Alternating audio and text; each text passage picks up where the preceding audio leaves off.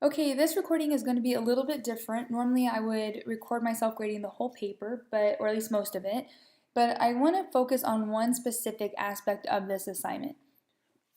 I'm not really sure why at a 300 level class there's still confusion about plagiarism and citing sources and giving credit to the sources.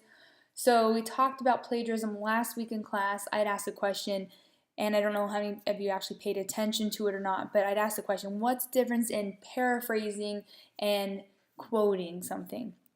And a couple of you did answer, but the biggest difference I want to really reiterate here is that when you quote something, that means you've taken something word for word from that source, and you have to put it in quotation marks, and then you also put the source and then the publication date, and typically you'd put the page or paragraph number, but like I said in a previous recording, I'm not as worried about the page or paragraph number. I just want at least the quotation marks, the source's name or the article title if there's not a source's name, and then the publication year.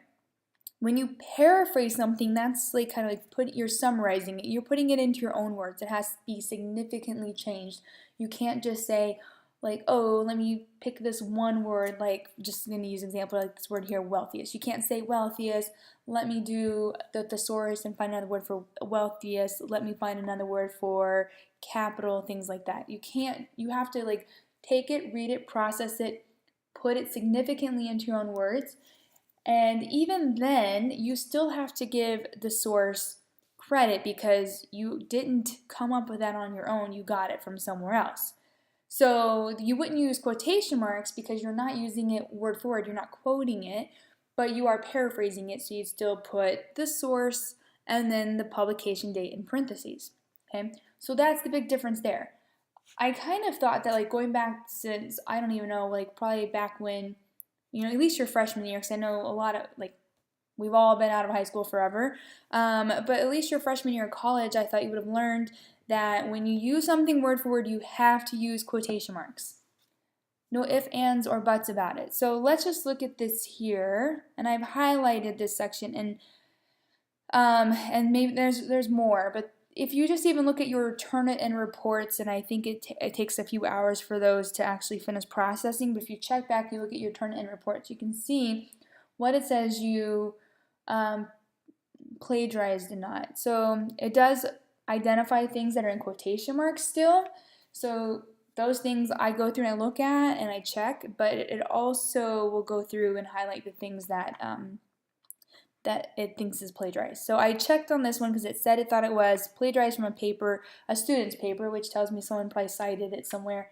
And I went to the reference page and went to this Dubai Remarkable and Ready thing, this article. So let's just see, I have this all highlighted here, like Dubai business events, has attracted an impressive lineup of high gathering. Today, Dubai hosts some 50% of all business events held in the Middle East. Dubai is investing billions in next generation hospitality. So anyway, you can I highlighted all of that, right? So now let's go to the article. This was from a database on EBSCO from the Park Library online. So then I just went here to see, let's see, Dubai business events, and that's what's funny is I think this is like actually a business, but this person used it as though it was like generic, but I don't think that's the case the way it's used since it's capitalized. Has attracted an impressive lineup of high-level gatherings, and then we said on this page, high-level gatherings, an impressive lineup of that's word for word the same. Let's see, today Dubai hosts some 50% of all business events held in the Middle East. Today, Dubai hosts some 50% of all business events held in the Middle East. Word for word. Let's see, Dubai is investing billions in next generation. I saw that somewhere. And actually, let's see, next. Okay, here we go. Dubai is investing billions in next generation hospitality and leisure projects. Okay, again, word to word. Look down here. Dubai is making a headlong push to achieve its next growth spurt. It talks about like the Expo 2020. international visitors to 20 million annually. Let's look at the next part. Dubai is making a headlong push, word for word. So when I see this text and then I see this, but there's no quotations, as a reader, this tells me that this is from another source, but that all of this is the writer's own words, right? Because no quotation marks tells me that this person paraphrased it, put it significantly into his own words, and that yes, he used a source and that's where he got it from, but he's paraphrased it and put it into his own words.